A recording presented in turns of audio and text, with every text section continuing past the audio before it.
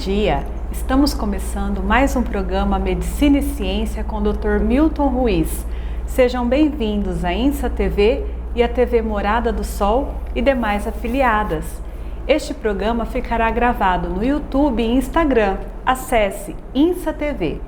E o tema que nós vamos falar hoje é sobre hipertensão arterial no adulto jovem. O nosso convidado é o cardiologista Dr. Marcelo Baff, formado pela Faculdade de Medicina de Petrópolis, no Rio de Janeiro, na CES Gran Rio. Formação clínica médica pela FAMERP de São José do Rio Preto, São Paulo. Formação cardiologia no IMC, Instituto de Moléstias Cardiovasculares, com subespecialidade cardiomiopatia dilatada e doença de Chagas. E também em perícias médicas e cardiologia. Formação medicina ocupacional, esse é o nosso convidado e fique agora com a sinopse de hoje com o Dr. Milton Ruiz.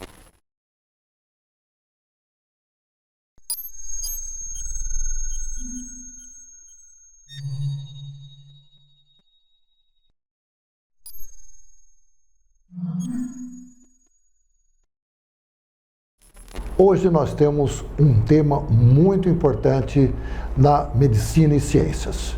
É o aspecto do adulto jovem, que é uma população que tem entre 20 e 40 anos e que normalmente estão apresentando cada vez um maior número de problemas. Hipertensão arterial e várias outras doenças compõem o espectro dessa fase etária. Aparecimento de câncer, aparecimento de doenças infecto-contagiosas e problemas principalmente relacionados ao estilo de vida, que está mudando e é extremamente intenso, e principalmente de aspectos relacionados a estresse. No dia de hoje, nós vamos ter um tema muito importante, que é a hipertensão arterial no adulto jovem, com o Dr. Marcelo Baff, que foi apresentado anteriormente a sua colocação, seus aspectos e o que ele faz. Então, iniciando esse programa, eu gostaria de perguntar ao Dr. Marcelo Baff, quem é você? Conte um pouco da sua história. Dr. Milton, em primeiro lugar, prazer revê-lo, sempre uma alegria, um prazer, um privilégio estar com o senhor, né?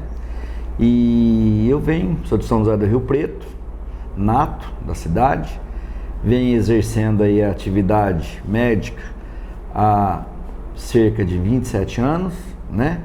No ramo da atividade clínica médica, cardiologia, medicina ocupacional e perícias médicas na área de cardiologia, contribuindo aí com a saúde de São José do Rio Preto. Você atua em outras regiões, em outras cidades que nós sabemos. Dá uma situação global da situação na região e da sua atuação, de como é que você atua.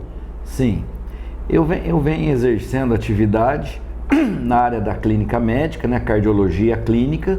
Eu trabalho há 24 anos na cidade de Orindiúva, concurso público, né?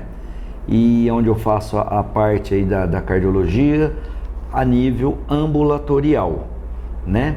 E fui convidado, né, para desenvolver um pouquinho, para debater um pouquinho sobre esse tema, porque hoje eu no caso tenho deparado muito com adultos jovens, né, nessa faixa de população que o senhor acabou de colocar, entre os seus 18 a 40 anos, que é, né, um adulto jovem, né, com desenvolvimento de pressão alta, da hipertensão arterial. Então, a gente vem não só avaliando, né, fazendo esse diagnóstico e propondo, através, né, dos estudos, o tratamento clínico. E estamos tendo êxito. Doutor Marcelo, as pessoas sempre têm dúvidas em relação a esses aspectos da pressão. Normalmente, sempre fala, tire sua pressão. Me diga uma coisa, define para os telespectadores o que é hipertensão arterial. Mas vamos lá. A hipertensão arterial, né, comumente falando, popularmente falando, a pressão alta. Ela é definida como pressão arterial quando se tem uma pressão sistólica maior que 140 por milímetro de Hg e uma diastólica maior que 90 milímetros de Hg, certo? Então, quando você tem esses níveis, você já é considerado um indivíduo hipertenso.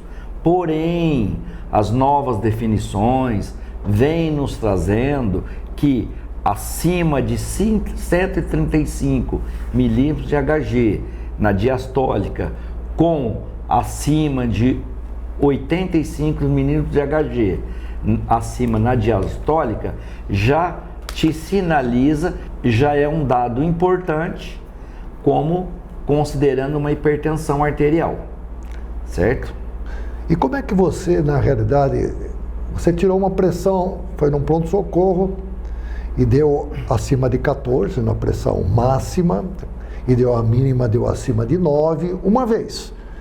Como é que você avalia se isso é verdadeiro? Sim. Então, veja bem, professor, o que a gente tem proposto aí, né? Segundo a prática, segundo os estudos. Falando, né, especificamente dessa população adulto jovem.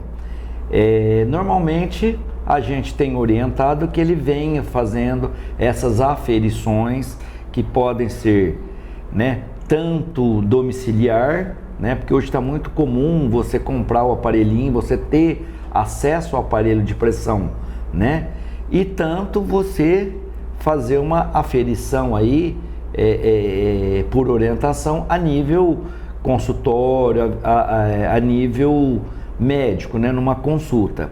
Só que hoje, por conta aí desse avanço, dessa estatística está aumentando, a gente sugere o quê? Que essa pessoa faça as suas aferições, né? Que quanto mais você fizer um diagnóstico precoce, mais benefício essa pessoa vai ter. Explica o que é um teste chamado MAPA. Tá, então nós temos o seguinte, nós temos dois tipos de mapa. Nós temos o mapa residencial, né? O que seria o mapa residencial? Aquele aparelhinho que a pessoa tem em casa, muito importante a pessoa saber, tá ciente da técnica adequada, e essa pessoa, uma vez suspeito que ela seja hipertenso, que ela passe a fazer a sua aferição 2 ou 3 vezes ao dia, uma média aí de uns 10 dias. Isso a nível residencial, né? E tem o a nível médico, que a gente pede o monitoramento por 24 horas. Então, esse indivíduo, ele vai até o local, ele coloca o aparelho, vai para casa e esse aparelho vai medir 24 horas a sua pressão. Tanto um, tanto o outro, está tendo excelentes respostas. Uma vez você consegue aprimorar mais, chegar mais próximo de um diagnóstico de hipertensão, a esse nível de monitoramento. Então vamos de uma maneira bem simples. A pessoa pega um papel, pega um lápis ou uma caneta e divide assim, 8 horas, 12 horas, 18 horas e 22 horas depois da novela, vamos dizer assim. E aí tira a pressão nessas 4 horários. Durante quantos dias você acha que seria importante? Essa colocação muito boa. Você pegar aí, né, 2, 3 vezes ao dia em períodos diferentes. Eu né? falei 4. 4? Eu oriento 3 aí que cerca bem. Tá bom. Né? Acho que de 3 a 4, tudo bem, que você aumentou aí a... Eu não quero forçar, doutor Marcelo, absolutamente. Não, e... uma média de uns 10 dias, de 7 a 10 dias, você vai ter a nível, né, residencial. Você vai ter uma resposta próxima aí do que você busca, da tua suspeita, no caso de hipertensão. Muito bom, doutor Marcelo. Essa conversa está muito boa e ela vai continuar, Mas agora nós vamos dar um pequeno intervalo para que nós e todos os telespectadores possam descansar um pouquinho.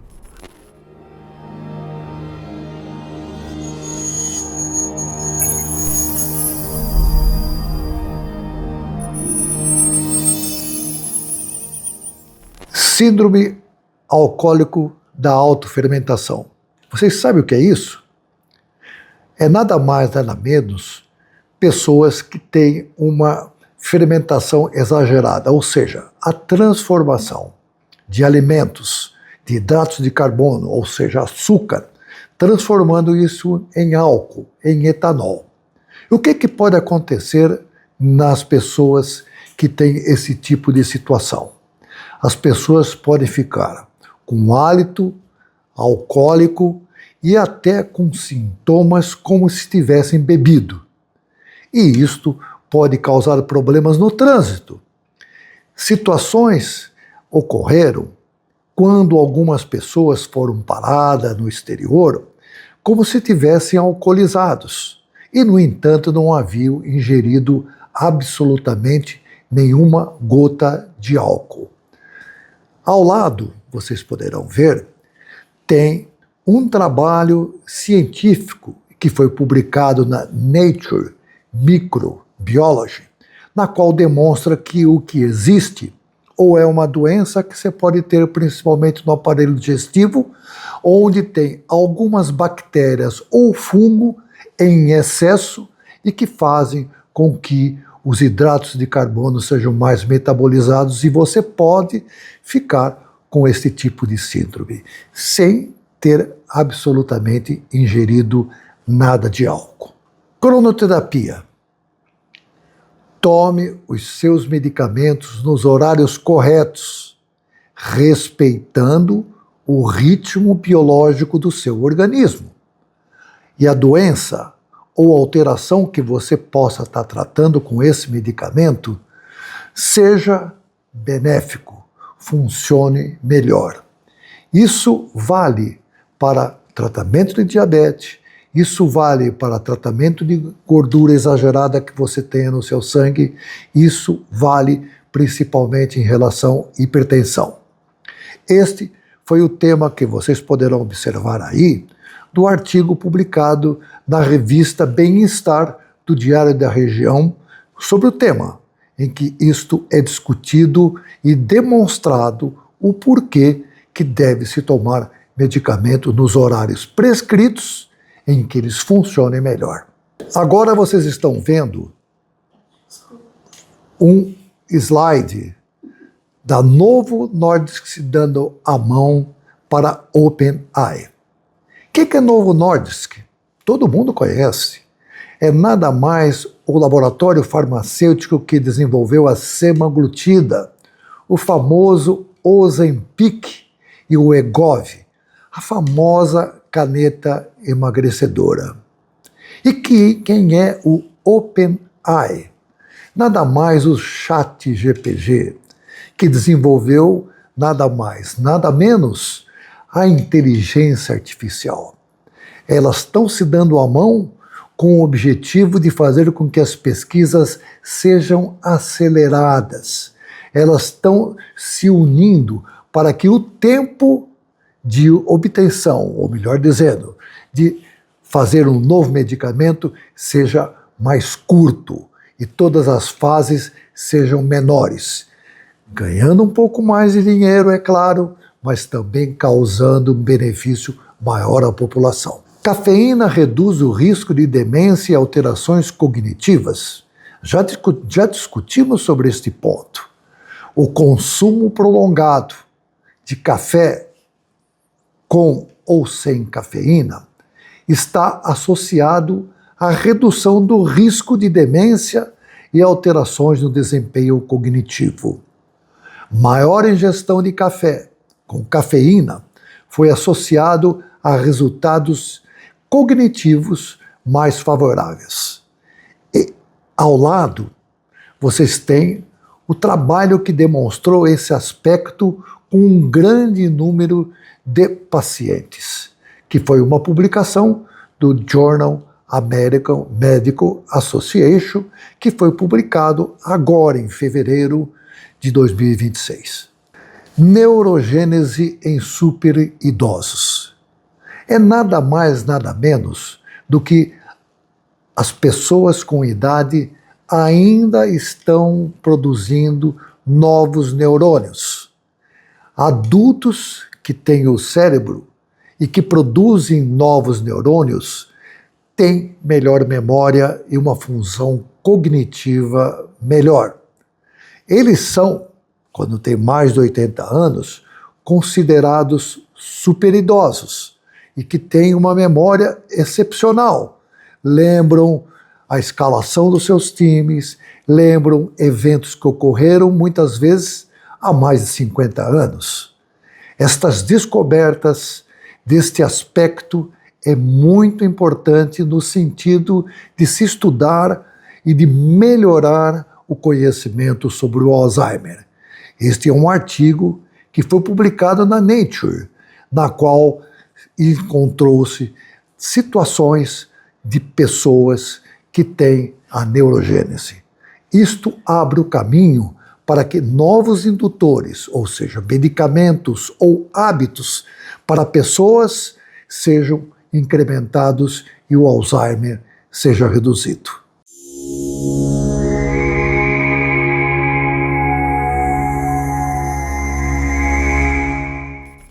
Medicina e Ciência, hoje, está com o convidado Dr. Marcelo Baffi, discutindo aspectos extremamente importantes. Hipertensão arterial no adulto jovem. Na sequência, vamos dar a continuidade às perguntas. Lara, por favor. Dr. Marcelo, no caso das mulheres, nessa faixa etária em que eu estou, o que o senhor fala na questão da doença? Está tendo muita hipertensão? As mulheres estão procurando muito consultório? Como que é? Eu não sei, que me perdoe, né? Eu não sei a faixa etária da sua idade. Entre o adulto jovem, mas pessoal, você se entre enquadra os 20 e os 40. Eu estou aqui no... Não é questão... Que não é o meu caso. Que não é o... né? Então é o seguinte, não é que as mulheres estão procurando mais ou estão procurando menos. A prevalência da hipertensão, ela está aumentando na população jovem. Porque até então se falava de hipertensão no adulto, quarta, quinta, sexta década de vida em diante. Hoje está sendo tá tendo uma relevância aí, está tendo um impactozinho. Então aquela pessoa que fez a sua aferição, ou na casualidade, né? Ou numa passagem, numa passagem médica, alguma situação, ela descobriu que a pressão, que ela é hipertensa, que ela está com a pressão um pouco elevada, ou minimamente elevada. Essa pessoa chega no consultório, ela procura. Aí você tem que fazer a obrigatoriedade de fazer uma investigação. Certo. Aí você vai procurar o quê? Primeiro, a história familiar, né? A genética, que tem a relevância. Aí você vai ver o quê? O estilo de vida dessa pessoa.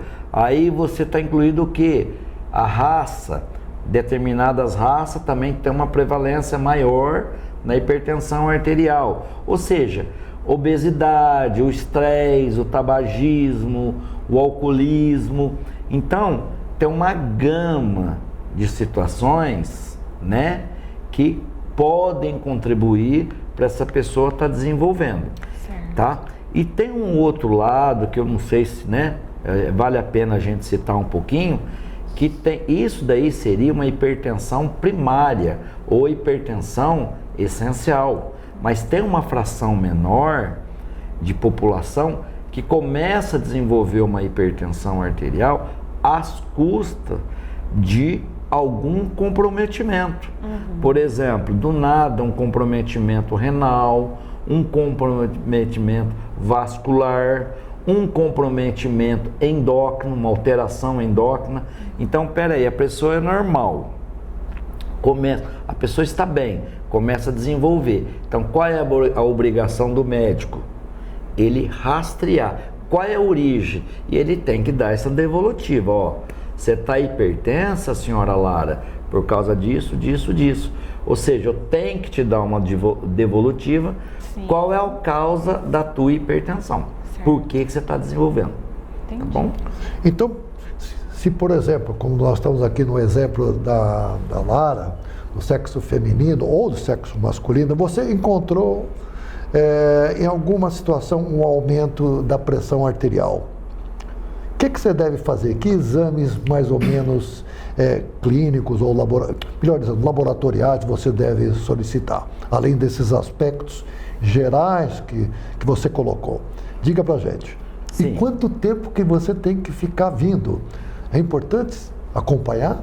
É muito importante, muito boa pergunta, por sinal, né? Que acontece? Você tem que fazer, em primeiro lugar, esse diagnóstico. A pessoa é hipertensa. Aí isso no primeiro contato. Aí você vai lançar mãos de exames básicos, certo. Que são aí, né? Uma rotininha, uma bioquímica importante, uma creatinina, né? Você vai rastrear do ponto de vista laboratorial. Aí você tem os exames complementares também, continuando, um eletrocardiograma, um ecocardiograma, mas sempre de olho no quê? Na resposta que ele está te dando, certo. Né? Aí você entra com um tratamento, com uma medicação. Qual vai ser a resposta? Esse paciente, nesse primeiro momento, ele vai te responder bem a essa medicação ou ele vai ser resistente? Porque qual é vamos dizer aí, a cereja do bolo hoje? Qual que é a diferença de um hipertenso adulto jovem do hipertenso adulto ou nas décadas de vida adiante? Eles são, na maioria das vezes, eles são assintomáticos. Eles não têm sintoma. Então, esse é né? E um outro dado importante, algumas das vezes, você entra com a medicação, eles têm uma resistência. Então, é aonde que você tem que aprofundar a investigação e a persistência. Não é você tratar no primeiro momento e deixar esse paciente. Coloque aspectos relacionados hoje em dia de estilo de vida, aspectos relacionados a medicamentos, porque hoje em dia, pelo menos eu tenho observado bastante, fora supermercado, o lugar mais cheio que existe sempre é a farmácia. Né? Você vai em farmácia, geralmente é difícil você não entrar numa fila que você chega numa farmácia e compra um medicamento. E as pessoas cada vez mais se automedicam. O que você pode falar sobre esses aspectos que eu estou dizendo? Esses aspectos, doutor Milton, é muito, né, assim, tem uma relevância, como disse na colocação, o senhor quer dizer na automedicação, né? Principalmente. Então, eu acho que a automedicação, ela não, né, porque hoje a informação, né, que a gente vê aí nas redes sociais, ela acaba confundindo. Sim, né? Exatamente. E o tratamento, não só da hipertensão, mas de qualquer doença, é exclusivo do médico. Sim. Né? Então, esse paciente, ele tem que ser muito bem orientado. Não você, eu vou na farmácia, né? Não menosprezando quem está lá, o profissional que está lá, seja de qual natureza, né? Mas o tratamento, a orientação para que você chegue num diagnóstico é exclusivo do médico. Doutor, não pode fugir disso. Ter cuidado também com essas receitas caseiras, né? Porque fulano toma isso, ciclano toma aquilo, também tem que tomar cuidado. Está sendo muito comum. Às vezes chega a pessoa no meu consultório, hipertenso, fulana toma isso, o meu pai toma, eu também estou tomando. Não, bem, procura o teu médico, né, para te botar num trilho, porque às vezes você precisa, essa hipertensão pode ser de origem ao estilo de vida que você também está levando. Sim. Entendeu? Então você está no excesso de de um sedentarismo, um estresse, o álcool. Hoje, infelizmente, está muito comum entre os jovens a droga ilícita, a cocaína, que eu tenho pego muitos. A hora que você vai investigar, a pessoa está hipertensa porque está fazendo uso de... Então, assim, você tem que buscar essa causa, a importância de você fazer... Doutor, aquele torresminho, né? Aquela comida bem salgadinha, também... Olha, pro hipertenso, Peguei. O sal excessivo é um grande... perigoso, né, um grande inimigo. E o sedentarismo? O sedentarismo, ele também contribui, porque a gente não foi feito para ficar parado. Exatamente. Nós fomos feitos para mobilidade. O músculo pede, a tua cabeça pede, o teu coração pede. Não é para ficar a gente sentado lá, controle remoto, ar-condicionado, Hoje, né? Mas, doutor Marcelo, o que eu escuto o pessoal falar? Eu não aguento fazer uma caminhada muito longa ou uma corrida. Mas começa de pouquinho então, né? Devagar. O senhor acha bacana isso? Muito no limite bacana. da pessoa, mas vai aumentando. Olha, a pessoa é só iniciar. Eu me lembro, eu vou, né? Não sou exemplo, nem modelo e nem tenho essa pretensão. Eu, há 6 anos atrás, eu estava a 100 quilos, tô pertinho de mim. E eu comecei a caminhar 15 minutos ao dia, 15, 20, porque eu não tinha 1,65 m de altura, pesando 100 quilos, 105 quilos. Certo. Entendeu? Hoje eu faço 16, 14 quilômetros. E ao dia, na rotina, uma média de 5, 6 quilômetros. Ou seja, não sou melhor que ninguém. E também não tenho um preparo melhor que ninguém. Entendi. Entendeu? Muito bom, doutor Marcelo. Nossa conversa está evidentemente muito boa e nós vamos com certeza continuar. Na sequência, nós vamos conversar sobre os aspectos do que essa hipertensão arterial pode causar, os problemas que pode ter tanto na área cardíaca como alguns eventos que com certeza a hipertensão pode causar.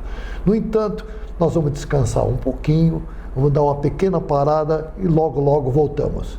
Continue e esperem que o Dr. Marcelo Baff vai explicar alguns aspectos extremamente importantes para a sua vida.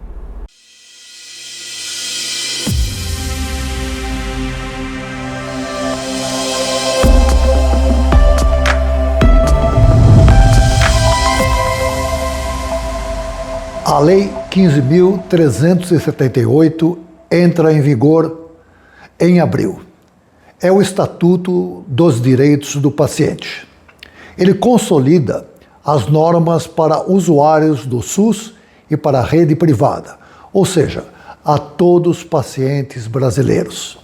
Ele garante atendimento humanizado, sem discriminação, direito a acompanhante, consentimento informado, acesso a prontuários, segunda opinião médica e diretivas antecipadas, focando na autonomia do paciente. Vamos exemplificar os principais direitos do paciente e aspectos do Estatuto. Tratamento digno é um direito do paciente a ser chamado pelo nome de preferência e ter as particularidades culturais e religiosas que ele possa ter respeitadas, sem discriminação.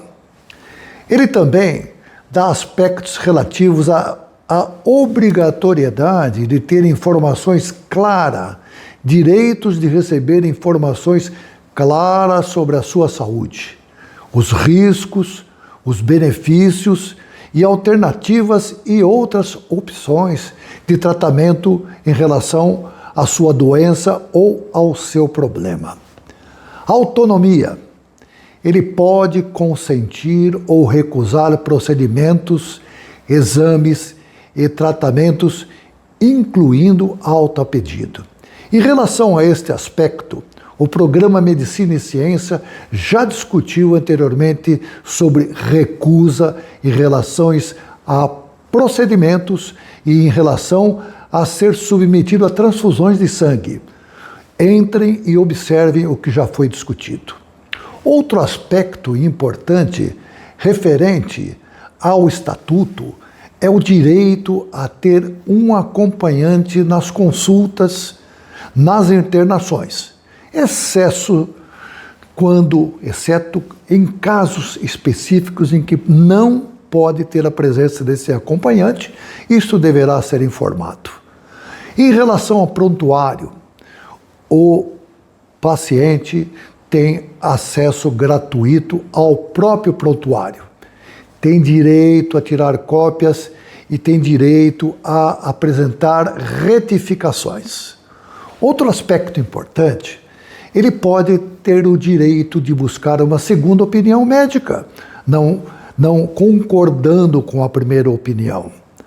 Respeito à vontade registrada previamente o caso o paciente seja impossibilitado de se expressar.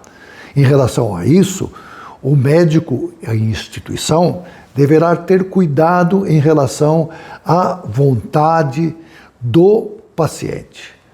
Outro aspecto são de alguns deveres. O paciente também tem dever. Ele tem o dever de fornecer informações precisas sobre o histórico de sua saúde. Ou seja, ele não pode mentir ou omitir informações, porque também poderá ter problemas.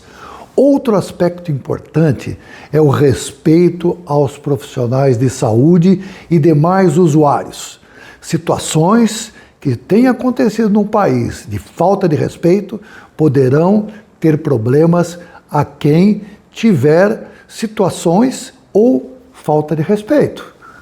Assim, esse estatuto vai determinar a criação de meios para reclamações em caso de violação dos mesmos, sendo o descumprimento considerado uma violação dos direitos humanos.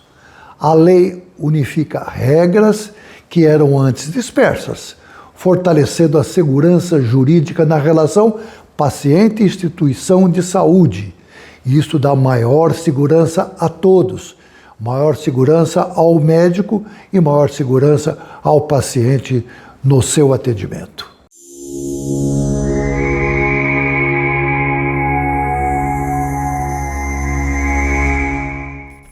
Estamos discutindo um aspecto extremamente importante para a sociedade, que é a hipertensão arterial no adulto jovem.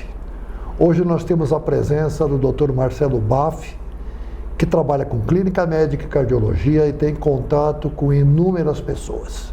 Em relação à hipertensão arterial, nós queremos e vamos informar alguns aspectos nas perguntas que serão subsequentes. Doutor Marcelo, a pessoa que tem uma hipertensão arterial, esse adulto jovem, às vezes é sintomático, se tem algum sintoma, o que ela tem que se preocupar e o que pode vir a acontecer para essa pessoa? Pois bem, normalmente esse adulto jovem, né, que essa pessoa, ela é assintomática, ou seja, ela dificilmente ela sente, ela tem sintomas, né? Porque a hipertensão por si só, ela abre quadro, ela tem, né, seus sinais, tem seus sintomas, né? Cefaleia, alteração visual, enfim. Dor de cabeça. Isso, dor de cabeça. Agora, essa hipertensão, aí que tá, essa hipertensão no adulto jovem, normalmente eles não têm sintomas. Por isso que a maior parte das vezes é descoberto essa hipertensão na casualidade, né? Então a pessoa está fazendo um exame físico, enfim, descobre que ela é hipertensa. Mas doutor, eu não sinto nada. Ok, descobriu, então vamos tratar. Qual é a questão aí? A pessoa ela está entrando na faixa aí dos seus 18 anos, entrando para a vida adulta, é muito importante que esse indivíduo, uma vez que tem uma história familiar, pai, mãe, levando-se em conta, procura teu médico e faça seus exames preventivos. Por quê? Porque uma hipertensão não diagnosticada a longo prazo, ela pode trazer alterações danosas no organismo. Falando dessas complicações, eu acho que é importante toda a população saber o que pode acontecer. Sim. Quem tem hipertensão arterial é que foi diagnosticado que tem. Vamos lá. Conte pra gente. Ela pode ter aí uma alteração, desde uma alteração de visão a longo prazo, ela pode perder rim, esse rim pode perder um rim. Por quê? Porque a hipertensão, ela bombardeia o sistema circulatório, é um sistema, como o próprio nome fala, ele é um circuito fechado, então ele tem seus limites para trabalhar, né? A sua normalidade. Fora dessa normalidade, que a gente chama de hipertensão, esse compartimento, esse circuito, ele é fechado, ele tem que acomodar essa pressão. É onde que você tem o acometimento dos órgãos-alvo, que é a vista, coração, né? O rim. Então você pega aquele adulto jovem lá, aquele adulto com 50, 60 anos, coronariopata, com stent. Muitas das vezes, lá atrás não foi feito o diagnóstico na época certa, que você poderia prevenir essa alteração, essa complicação cardiológica. Uma outra que é muito comum, esse adulto aí de hoje, quinta, sexta, década de vida, em tratamento, dialisando, com comprometimento renal, pode ter sido também lá atrás um adulto jovem que era hipertenso e perdeu o momento do tratamento, né? Então são várias as complicações importantes que a gente deve orientar e tentar fazer a prevenção. Como a prevenção é importante para todas as doenças aí afora. Quer dizer que o kit básico, além dos exames que devem ser feitos, o acompanhamento médico deve ser constante? Doutor Milton, uma consulta é importante, uma boa consulta, um bom exame físico, logo que a pessoa está iniciando a fase adulta, é importante. E é importante a população entender também, né?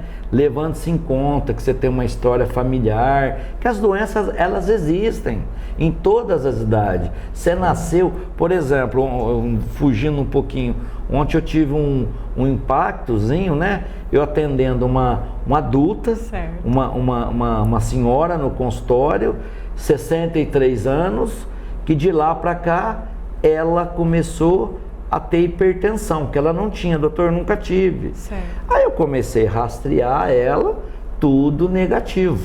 Não tinha história familiar, uma pessoa, uma mulher, né, de sexo feminino, rígida, peso ideal, tudo ideal, tudo de uma certa forma assim, compatível. Só que ela estava passando um estresse emocional. Ela tinha perdido, é o que me chamou a atenção, o neto, com 1 ano e 7 meses, do nada fez uma parada cardíaca e morreu. Aí eu perguntei, foi algum broncoespasmo? Não, ele brincando com os amiguinhos, caiu morto. Ou seja, a gente nasce já programado para possíveis doenças, possíveis patologias de adquirir. Então ninguém está livre.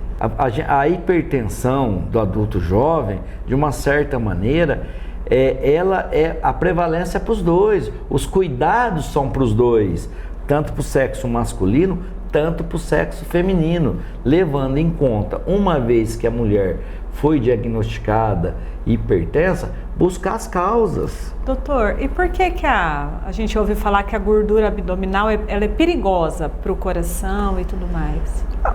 Segundo os estudos, a gordura visceral, quando ela exterioriza, ela comprime tudo. Ela tem, o que você está vendo está lá para dentro também.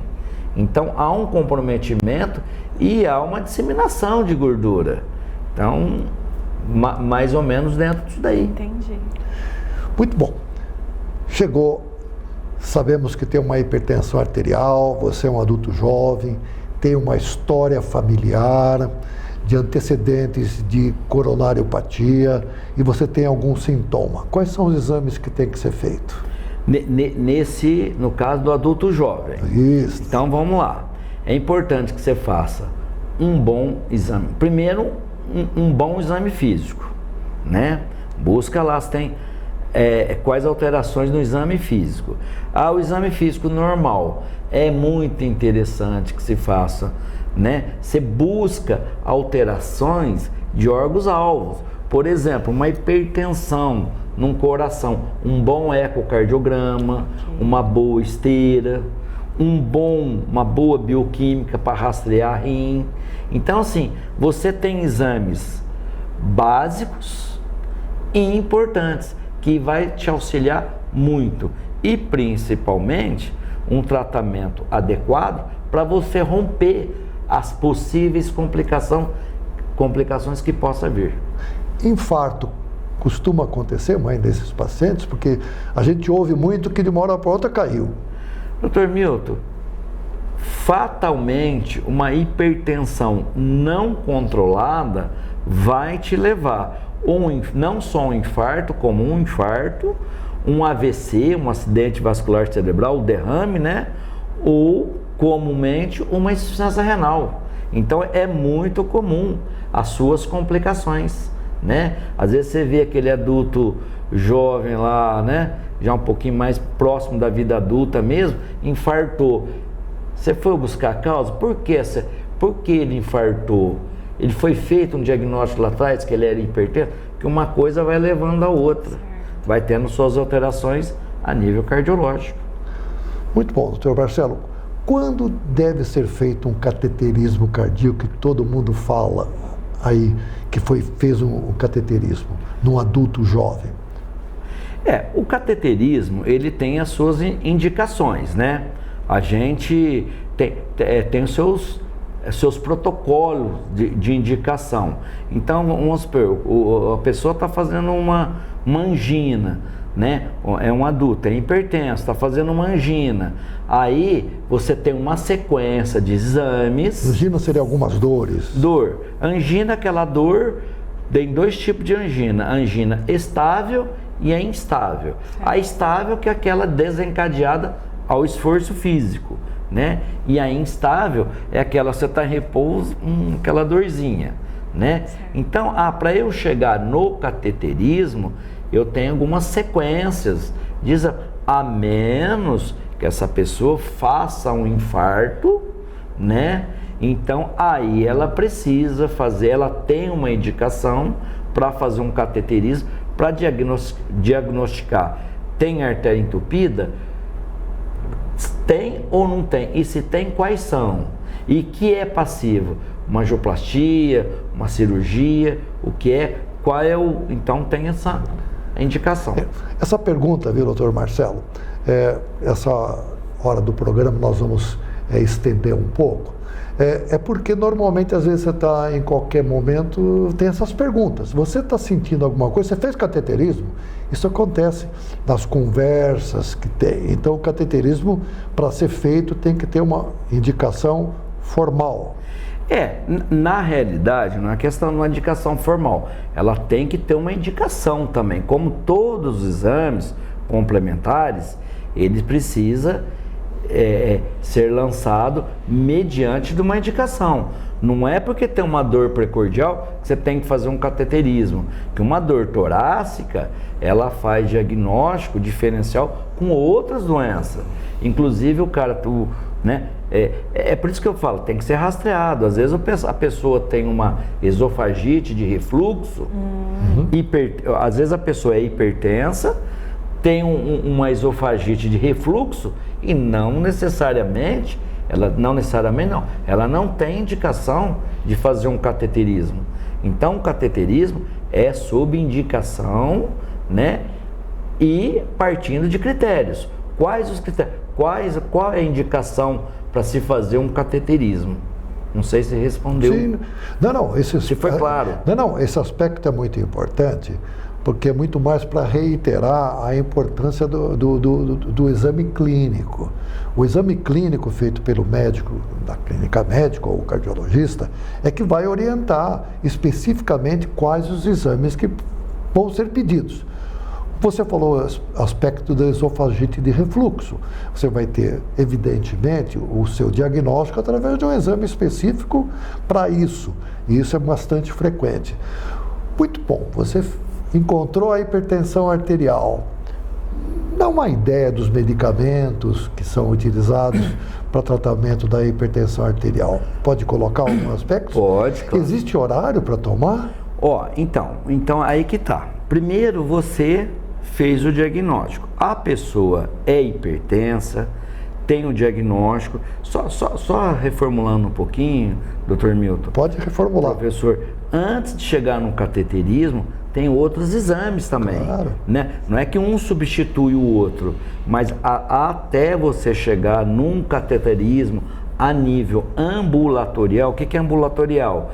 A nível de queixa de consultório, você tem outros exames. Fala pra gente. Por isso que você tem uma angiotomo, você tem uma cintilografia. Então você tem, né? Não é a coronariopatia, infarto, cateterismo, né? Você está sob investigação a nível de consultório dessa dor. E doutor Marcelo, só um detalhe, a dor da esofagite, ela é no peito, né? A pessoa fala que está doendo ali, porque é o esôfago. E aí ela confunde. O que você... Isso, exatamente isso.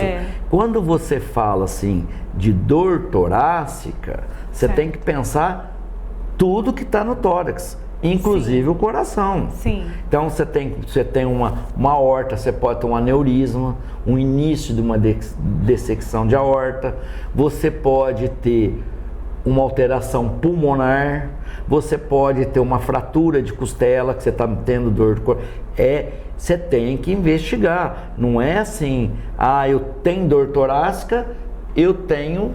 Estou infartando, estou morrendo, não. Não quer dizer que quem está tendo dor não está infartando. Não. Por isso que a importância da atuação do médico. Sim. Quem que vai saber fazer isso? Exclusivo médico, né? Por exemplo, fugindo um pouquinho, que é muito comum no adulto jovem também, vesícula, tem pego inclusive mulheres. Eita, com mulherada. Cálculo de vesícula. Qual que é a queixa? Doutor, eu estou tendo muita dor aqui, me falaram que é coração, né? Um infarto de parede inferior, ele dói na região epigástrica, certo. Região do estômago. Aí você vai examinar a pessoa, não é condizente a queixa dela com a clínica para coronariopatia, para infarto. Aí você vai investigar esse paciente, ela está com o quê? Cálculo de vesícula. Então, para você ver que o diagnóstico diferencial, ele é muito importante. Sim. E medicina é difícil, viu? O que o senhor perguntou? Desculpa. Não, eu perguntei do aspecto de medicação, mas tudo bem. Eu acho que a conversa tem que ser franca, importante. A mulher tem suas características, evidentemente, pode ter um infarto até, pode ser uma endometriose que está causando problemas, pode ter outras situações que o homem, digamos, não tem. Mas eu tinha perguntado o aspecto do horário, quais são as medicações e qual é o melhor horário, se é que existe, na sua opinião. O que a gente tem que ver é o seguinte, cada caso é um caso e cada paciente é um paciente, né? Então você tem drogas, medicamento, monoterapia, que às vezes você reverte uma hipertensão, claro, levando-se em conta a gradação, se é hipertensão leve, moderada ou grave.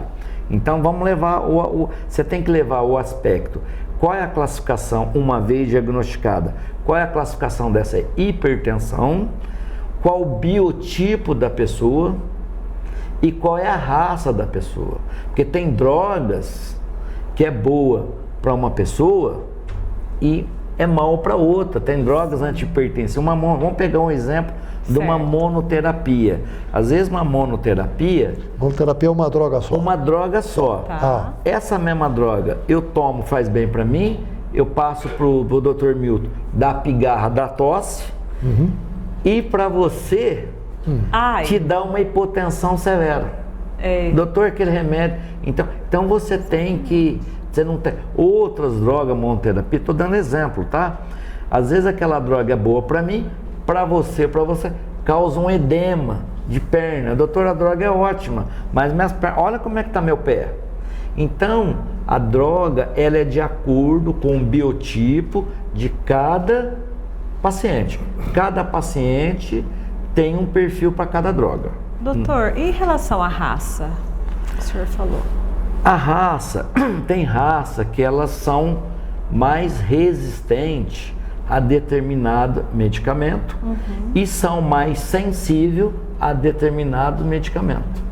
Por isso que o tratamento, volto a dizer, desculpa a insistência, né? É um programa que eu acredito de popular, que é, né? Cuidado com as orientações do vizinho, da titia. A orientação médica, o tratamento é exclusivo do médico, ponto. Porque numa complicação, quem vai resolver é o médico. O que o doutor Marcelo está falando é que do cuidado, é que, como vocês devem saber, todo mundo de médico e louco tem um pouco. Né? Então todo mundo tem esses aspectos. E um ponto importante, se ele me permite um comentário, é que cada paciente é diferente. Cada paciente tem a sua história. E cada paciente pode ter uma resposta diferenciada em relação ao medicamento. O medicamento, na sua base, todos têm os seus efeitos que, digamos, colaterais. São os seus problemas que são os esperados. Tem uns problemas que são menos frequentes, que dá para um e não dá para outro. E tem para uns que é extremamente intensos e que, na verdade, obriga que você modifique o medicamento que tem a mesma base, mesma função, de princípio um pouco diferente para que você tenha um bom efeito. E os aspectos também, e que tem a ser colocado, que é o aspecto da cronoterapia, que é o horário de utilizar o medicamento. Porque as pessoas têm os seus efeitos circadianos que você sabe durante as suas 24 horas.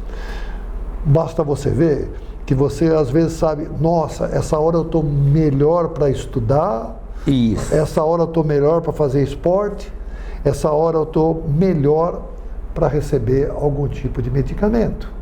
Então, para isso, alguns medicamentos têm as suas melhores funções. Isso. Você pode complementar o que eu estou falando? O Dr. Milton, isso que o senhor está colocando tem uma relevância muito grande.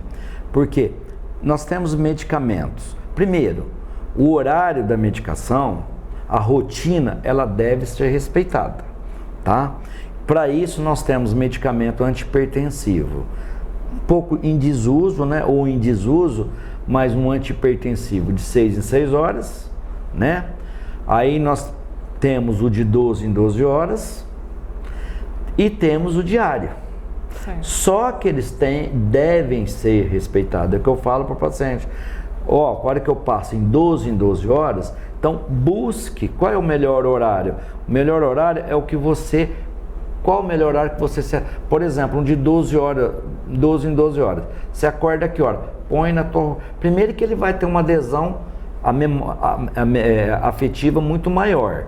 Então, se ele acorda, um exemplo, 7 horas da manhã, toma o teu café, padroniza, 8 da manhã, 8 da noite. Isso. Mas é uma tomada só, então 8 da manhã, porque você, né, em 8 horas, tem que respeitar. Qual é o início? Ele tem que ser respeitado.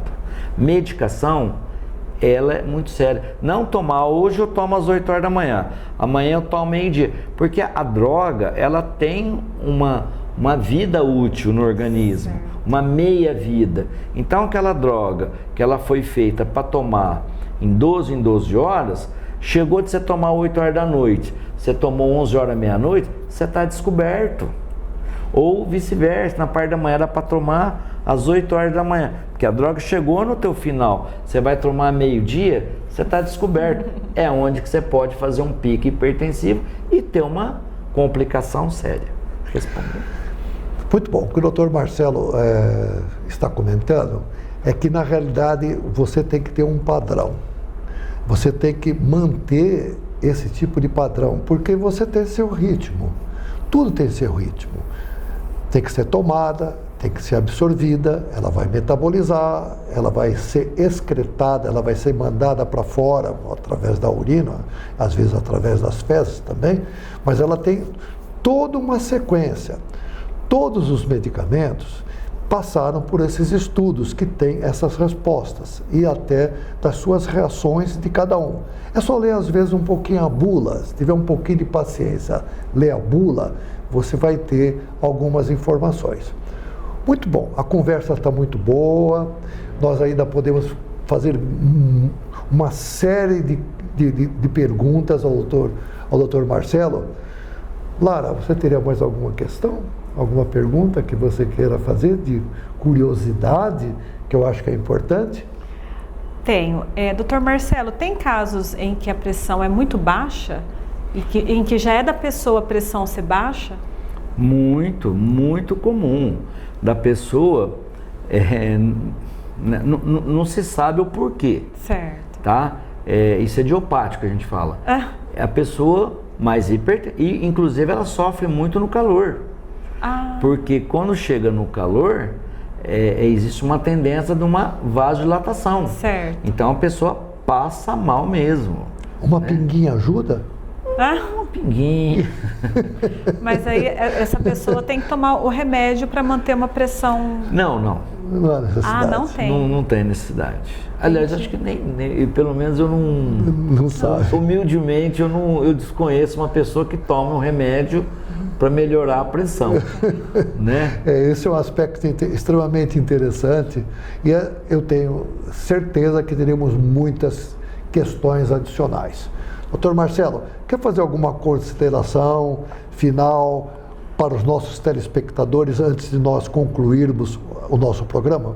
Sim, o recado aí, né, não sei, me perdoe as palavras aí que eu usei, né, se atingiu aí o objetivo, pelo menos é essa ideia, que uma vez você, então é simples, você está entrando é o que eu falo isso como pai, como médico e como pai, né, que esse adulto está entrando, esse indivíduo está entrando na vida adulta, cara, é importante, procure seu médico, faça um check-upzinho, né, logo, né, porque você vai se prevenir, fazer uns exames, por exemplo, faça uns exames complementares básicos, uma rotininha, né, de rotina de exames complementares, é muito importante, e você tem essa frequência, né, de rotina, 3, 4, 5 anos,